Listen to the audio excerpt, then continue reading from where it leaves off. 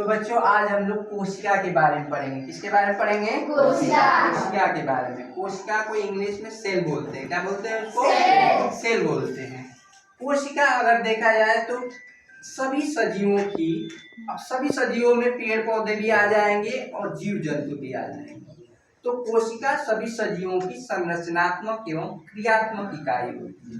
मतलब हमारा स्ट्रक्चर किस प्रकार का बनेगा ये कोशिका तय करती है। कोशिका के अंदर पाए जाने वाला डीएनए, आरएनए अनुवांशिक पदार्थ तय करता है। हमारा मुंह कैसा होगा और क्या है, भैंस का मुंह कैसा होगा, शेर का मुंह कैसा होगा, ये सब कौन तय करता है? कोशिका के अंदर पाए जाने वाला जो ये डीएनए और आरएनए होता है, अनुवांशिक पदार्थ होता है। ठीक, कोशिका सभी सजीव की संरचनात्मक एवं क्रियात्मक इकाई होती है। ठीक, कोशिका अगर देखा जाए तो जिस प्रकार एक भवन का निर्माण ईंटों से होता है, ईंट जोड़ जोड़ करके एक भवन बनता है, उसी तरह से हमारे शरीर का निर्माण छोटी छोटी कोशिकाओं से मिलकर के होता है। ठीक, कोशिकाएं, बहुत सारी कोशिकाएं मिलकर के उत्तक बनाती हैं। क्या बनाती हैं? उत्तक बनाती हैं। बहुत सारे उत्तक मिलकर के अंग बनाते हैं। क्या बनाते हैं? अंग बनाते हैं। और बहुत सारे अंग मिलकर के अंग तंत्र बनाते हैं। क्या बनाते हैं? और बहुत सारा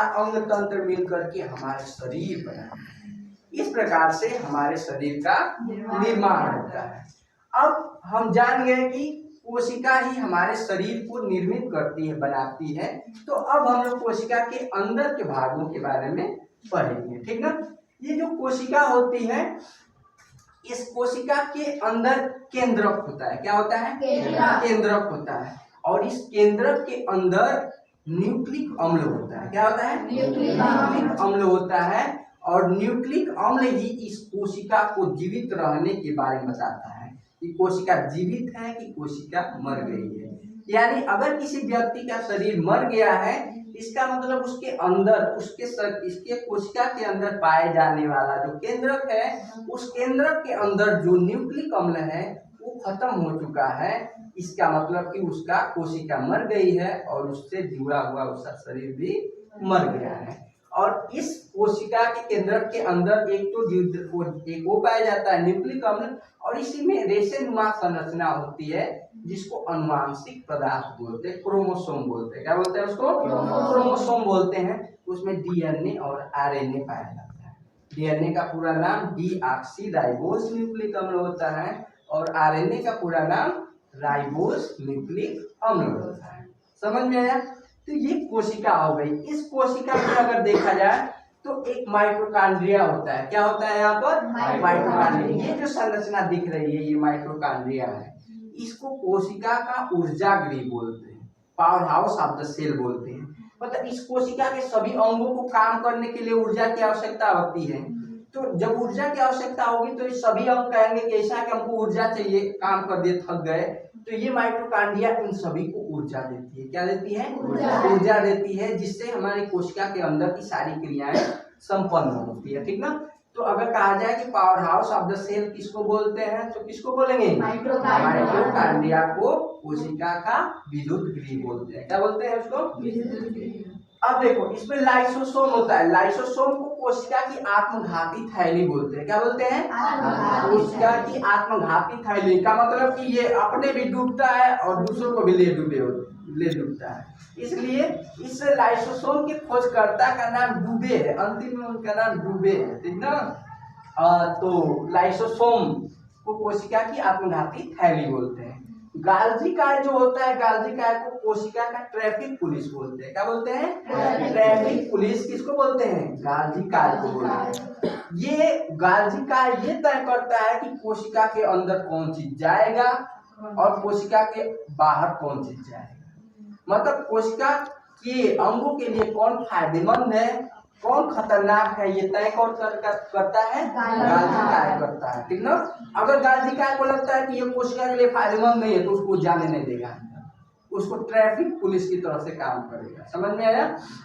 और वही तय करता है कि अगर मान लेते हैं कि ऊर्जा चला गया तो ऊर्जा को कहता है कि अच्छा तुम कोशिका के लिए चलो फायदेमंद हो, तुम चले जाओ माइटोकॉन्ड्रिया के पास।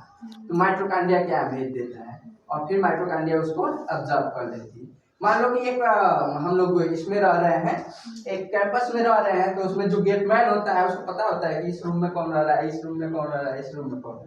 अब किस रूम के रिश्तेदार आ रहे हैं तो उनको उस रूम में भेज देता है, उस घर में भेज देता है। तो यही काम गार्जिकार करता है, ठीक ना, ट्रैफिक पुलिस का काम करता है, ठीक। और जो कोशा जीव द्रव्य होता है, जीव द्रव्य को कोशिका की जीवन की इकाई बोलते हैं। मतलब जीव द्रव्य इस कोशिका के अंदर केंद्रक में ही होता है जीव द्रव्य, और उसी में न्यूक्लिक अम्ल होता है। वही जिंदा है तो कोशिका जिंदी है, और कोशिका जिंदी है तो हम जिंदे हैं। इसलिए अगर गवर्नमेंट जो डॉक्टर होते हैं अगर वेरीफाई कर दिए कि ये आदमी मर चुका है, इसका मतलब वो कोशिका के केंद्रक के अंदर उपस्थित न्यूक्लिक अम्ल को देखते हैं कि है कि नहीं है। अगर नहीं है तो उसको डेड डिक्लेयर कर देंगे। तो उसके बाद दुनिया की कोई ताकत उस कोशिका को जिला नहीं सकती है, उस मरे हुए व्यक्ति को जिला नहीं सकता है। यानी मृत शरीर की सिंपल सी परिभाषा होती है। अगर साइंस की दृष्टि से देखा जाए तो हम कहेंगे कि वह शरीर जिसके कोशिका के केंद्रक में उपस्थित न्यूक्लिक अम्ल खत्म हो चुका है, वह शरीर मृत हो गई है, मर गई। समझ में आया ये चीजें?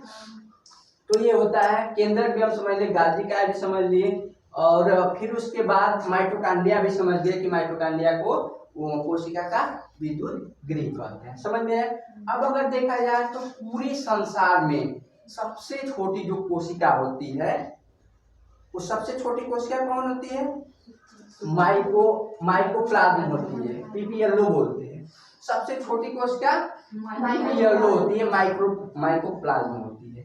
अगर सबसे लंबी कोशिका की बात करें तो सबसे लंबी कोशिका तंत्रिका कोशिका होती है। नर्वस सिस्टम जो होता है, न्यूरॉन जो होता है, वो सबसे लंबी कोशिका होती है। सबसे बड़ी कोशिका अगर देखा जाए तो माता का जो अंडाणु होता है वो सबसे बड़ी कोशिका में आता है, ठीक। मतलब माता के फीमेल के जो वेजाइन उसमें होता है, वो अंडाणु जो होते हैं वो सबसे छोटी कोशिका होती है। और जो पिता होता है, जो मेल होता है, मेल के शुक्राणु में सबसे छोटी कोशिका होती है, माता के अंडाणु में सबसे बड़ी कोशिका होती है।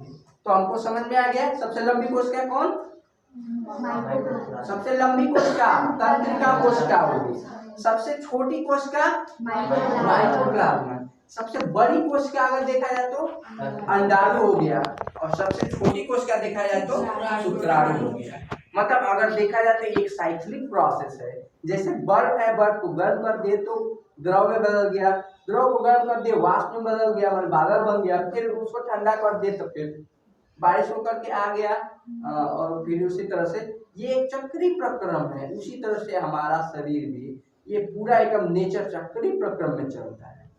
माता का जो अंडाणु है सबसे बड़ी कोशिका, जो मेल का शुक्राणु है सबसे छोटी कोशिका, और इसी से पूरी प्रकृति की संरचना है। समझ में आया? तो ये कोशिका है। कोशिका के अंदर कौन चीज जाएगा कौन चीज नहीं जाएगा, इसको कौन तय करता है? गाल्जी तय करता है, ठीक। जब हमारे भोजन से प्रोटीन निकल जाता है तो प्रोटीन क्या करता है? प्रोटीन का संश्लेषण कौन करता है? प्रोटीन का संश्लेषण राइबोसोम करता है। कौन करता है? राइबोसोम को प्रोटीन की फैक्ट्री बोलते हैं। किसकी फैक्ट्री? प्रोटीन की फैक्ट्री राइबोसोम होती है। अगर हम खाना खाए, लेग पीस खा लिए, मछली खा लिए, हम क्या खा लिए, बढ़िया एकदम काजू किशमिश खा लिए, इसमें ज्यादा प्रोटीन मिला। अब वो प्रोटीन गया अमाशय में, अमाशय से पाचन होकर छोटी आंत में गया, छोटी आंत उसको प्रोटीन को संश्लेषित कर ली और ब्लड में मिला ली। ब्लड पूरे शरीर से शरीर की कोशिकाओं तक पहुंचा दिया प्रोटीन को, और जब प्रोटीन पहुंचा शरीर की कोशिका तक तो गाल्जी का कहा कि तुम्हारे पास क्या है जी, कहाँ से आ गए? तो कहा प्रोटीन लेके आए भाई, हमको जाने दो। तो प्रोटीन को राइबोसोम के पास भेज दिया, और राइबोसोम कहा कि हमको प्रोटीन की जरूरत थी, उसको प्रोटीन मिल जाता है और क्या हो जाता है? प्रोटीन अपना ले लेता है। इस तरह से प्रोटीन का वो संश्लेषण कौन करता है? राइबोसोम करता है। समझ में आया? अब ये जो राइबोसोम होता है दो प्रकार का होता है, एक 70 प्रकार का राइबोसोम होता है, एक 80 प्रकार का राइबोसोम होता है। अगर राइबोसोम के ऊपर क्या होता है? छोटी छोटी गोलाकार संरचना अगर हो जाती है ना, तो उसको बोलते हैं हम लोग रफ एंडोप्लाज्मिक रेटिकुलम बोलते हैं। मतलब उसको बोलते हैं जो राइबोसोम होता है ना इसको ईआर बोलते हैं। ईआर का मतलब इंडोप्लाज्मिक रेक्टिकुलम। इस पर ना जो होता है इस पर वसा का संचय होने लगता है। क्या होने लगता है? वसा का संचय होने लगता है। और रफ वाले पर एक आर होता है। एक कौन होता है? R, rough endoplasmic reticulum. तो रफ इंडोप्लाज्मिक रेक्टिकुलम जिस राइबोसोम पर होता है उस पर प्रोटीन का संश्लेषण होता है। किसका संश्लेषण होता है? प्रोटीन का। और जिस पर एकदम चिकना होता है ना वो एकदम स्मूथ होता है, समतल होता है। और उस समतल जो होता है उस पर वसा का संश्लेषण होता है। किसका संश्लेषण?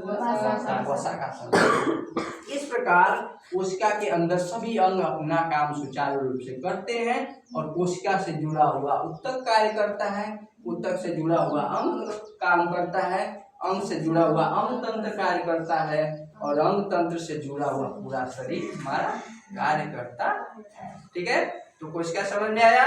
Yes sir. ओके।